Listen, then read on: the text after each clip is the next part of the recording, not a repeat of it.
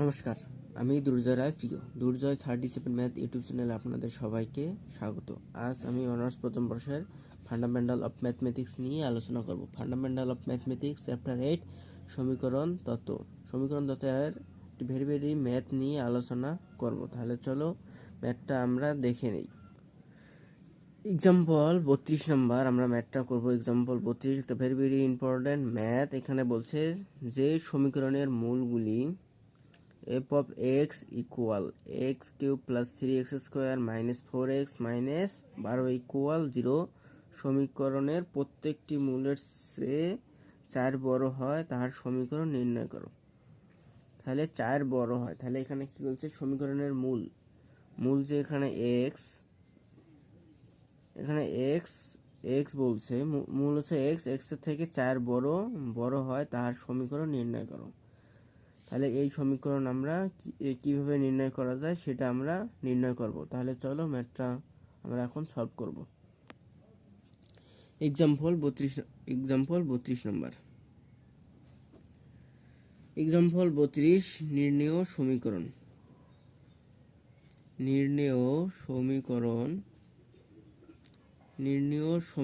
সমীকরণ কি বলছে? নির্ণয় সমীকরণ বলছে যে x মূলের চেয়ে 4 বড় হওয়ার কারণে এখানে হবে f of x minus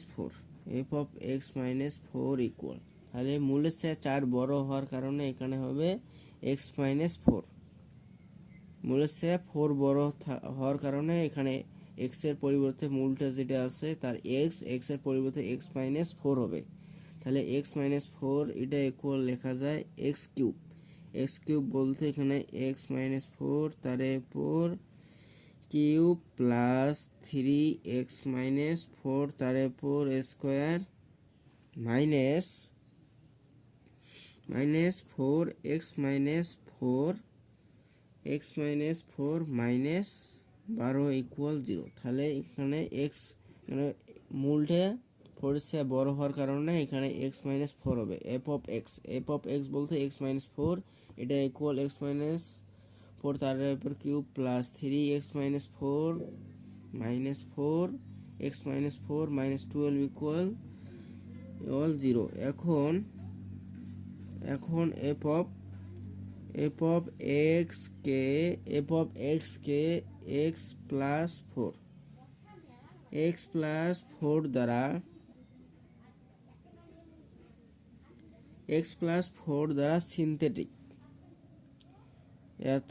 দ্বারা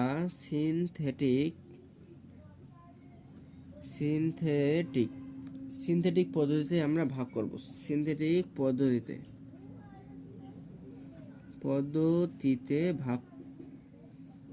ভাগ করে ওই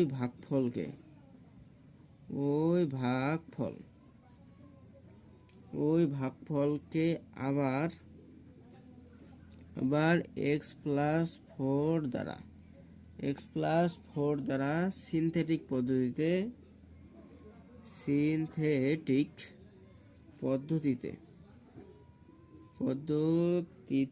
ভাগ করে একইভাবে অগ্রসর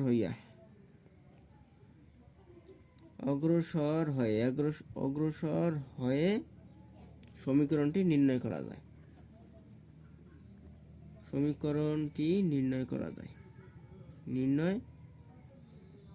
যায়। এখন আমরা কি করব, কিভাবে সমীকরণটি নির্ণয় করা যায় সিনথেটিক পদ্ধতিতে সেটা এখন শিখব। তাহলে এখানে কি বলছে? এখানে বলছে এখন f of x কে, যেহেতু মূলটা x থেকে বড়, তাহলে 4 বড়, সেহেতু x plus 4 দ্বারা সিনথেটিক পদ্ধতিতে ভাগ করে ওই ভাগফলকে আবার x plus 4 দ্বারা সিনথেটিক পদ্ধতিতে ভাগ করে একইভাবে অগ্রসর হয়ে সমীকরণটি নির্ণয় করা যায়। এখন সিনথেটিক পদ্ধতিতে কিভাবে ভাগ করব? এখন সমীকরণটা দেওয়া আছে এটা। তাহলে এখানে x square plus 3x minus 3x square minus 4x minus 12 এটা ইকুয়াল 0। তাহলে এটা সমীকরণ, এটা দেওয়া আছে। সমীকরণের যে মূল দেওয়া আছে, মূলের সহগ দিয়ে আমরা সিনথেটিক পদ্ধতিতে ভাগ করব। তাহলে মূলের সহগ x এর এখানে সহগ হচ্ছে 1, এখানে হবে 1, তারপরে এখানে আছে x এর সহগ আছে, এখানে আছে 3, তারপরে এখানে আছে x এর সহগ আছে -4, এখানে আছে -4, x এর সহগ -4, সেহেতু এখানে আমরা নেব -4 আর দেওয়া হচ্ছে -12।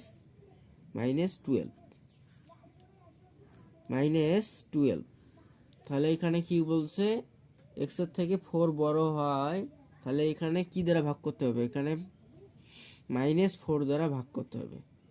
x এর থেকে বড় হয়, 4 বড় হয়, সেহেতু আমরা এখানে -4 দ্বারা ভাগ করব। আর যদি x এর সাইজ যদি ছোট হতো, তাহলে এখানে হতো +4, তখন আমরা +4 দ্বারা ভাগ করতাম। এখন কিভাবে সিনথেটিক পদ্ধতিতে ভাগ করব, এখন প্রথম যে মানটা আছে, তাহলে প্রথম মান হচ্ছে 1, সেটা ঠিক থাকবে। এই 1টাকে আমরা এখানে নিচে নামাবো, 1 যা আছে তাই থাকবে, মানে এখানে প্রথম যে মানটা আছে যা আছে তাই থাকবে। এখন আমাদের কাজ করতে হবে -4। এখন আমাদের কাজ হচ্ছে -4 দ্বারা এই মানটাকে, এই মান যেটা ছিল, মানে প্রথম যে মানটা আছে সেটাই এখানে নিচে বসবে। এখন -4 দ্বারা এটাকে গুণ করতে হবে, তাহলে এটাকে যদি আমরা গুণ করি, এখানে -4 হয়, এই যে গুণফলটা আসবে সেই গুণফলটা এখানে বসবে, তাহলে এখানে আসে -4। এখন আমাদের এটা যোগ করতে হবে, তাহলে এটা যোগ করলে কত হয়, এখানে হয় -1, এখানে আসে -1 মান।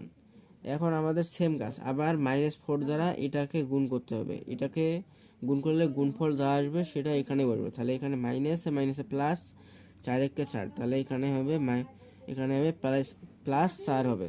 আবার এটাকে যোগ করতে হবে, এটাকে যোগ করলে হয় আবার 0 আসে। সেম এখানে -4 দ্বারা এটাকে গুণ করলে এখানে আসে 0 মান, এটাকে যোগ করলে হয় -12। সেম, তারপরে এখানে কি বলছে, এখানে এত দ্বারা x+4 দ্বারা সিনথেটিক পদ্ধতিতে ভাগ করে ওই ভাগফলকে আবার x+4 দ্বারা সিনথেটিক পদ্ধতিতে ভাগ করে একইভাবে অগ্রসর করতে হবে। তাহলে সেম একইভাবে এইভাবে অগ্রসর হতে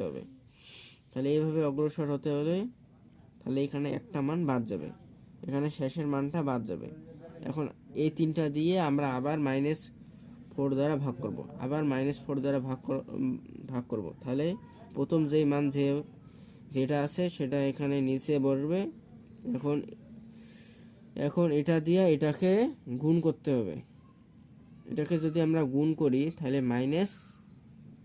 এখানে আসে -4 আসে। এখন এটাকে যদি আমরা যোগ করি তাহলে এখানে আসে -5, এখানে আসে -5।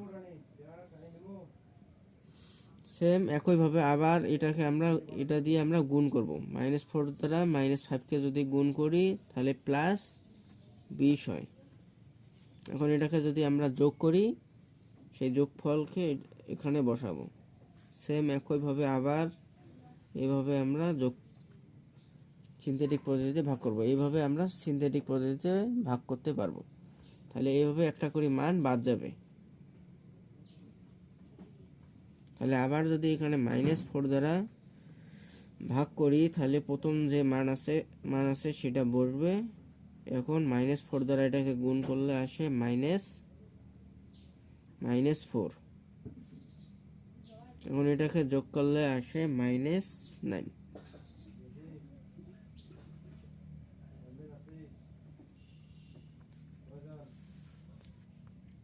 তাহলে এভাবে আমরা সিনথেটিক পদ্ধতিতে ভাগ করব। এখন এখানে ভাগ শেষ, তাহলে আমরা এখানে কি করলাম, প্রথম -4 দ্বারা এটাকে ভাগ করব। ভাগ কিভাবে করতে হয়, প্রথম যে মানটা আছে সেই মানটা এখানে বসবে, তারপর এখন এই মানটা দ্বারা -4 দ্বারা যেই মানটা আমরা এখানে বসাইলাম সেই মানটা দ্বারা গুণ করতে হবে। এখন গুণ করে গুণফল যেটা আসবে সেটা এইখানে বসাতে হবে, এইখানে বসে আবার এটাকে যোগ করতে হবে, যোগ করলে যে মানটা আসে সেই মানটা বসবে। তারপরে আমাদের কাজ হচ্ছে এখন এই যোগফলকে আবার -4 দ্বারা গুণ করতে হবে, -4 দ্বারা গুণ করার ফলে গুণফল যেটা আসবে সেটা এখানে বসাতে হবে,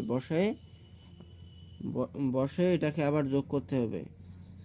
যোগ করে যে মানটা আসে সেম একইভাবে আবার -4 দ্বারা এটাকে গুণ করে এইখানে বসাতে হবে এবং তারপরে আমাদের যোগ করতে হবে। যোগ করার পর যেটা আসবে সেটা, এটা হলো এইভাবে সিনথেটিক পদ্ধতিতে ভাগ করতে হয়। তাহলে পরের স্টেপে আমাদের একটা মান বাদ যাবে, তাহলে শেষের মান থেকে শেষের মানের কাজ শেষ। এভাবে একটা শেষের মান যে মানটা আছে সেই মানটাকে বাদ বাদ দিতে হবে। সেম একইভাবে আমরা সেম একইভাবে -4 দ্বারা গুণ করে তারপরে যোগ করব। যোগ করার পর যেটা আনসার হবে, এখন এখান থেকে আমরা সমীকরণ নির্ণয় করব। সুতরাং নির্ণয়ের সমীকরণ হবে এই যে এই স্টেপগুলো।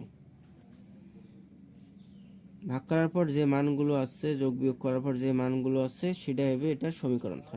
তাহলে আমরা লিখতে পারি সুতরাং নির্ণয় সমীকরণ,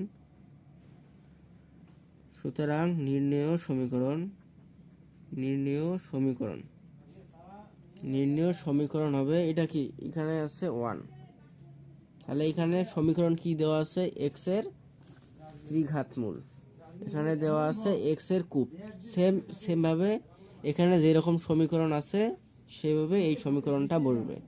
তাহলে এখানে আছে 1, তাহলে 1 বলতে এখানে হবে এক্স কিউব, এখানে আছে -9, এখানে হবে এক্স স্কোয়ার, তারপরে এখানে হবে +12 +20x, 20 এখানে x হবে, আর এখানে আছে -12, তাহলে এখানে -12 এটা = 0। তাহলে এটাই হচ্ছে নির্ণেয় সমীকরণ, এটাই হচ্ছে অ্যান্সার।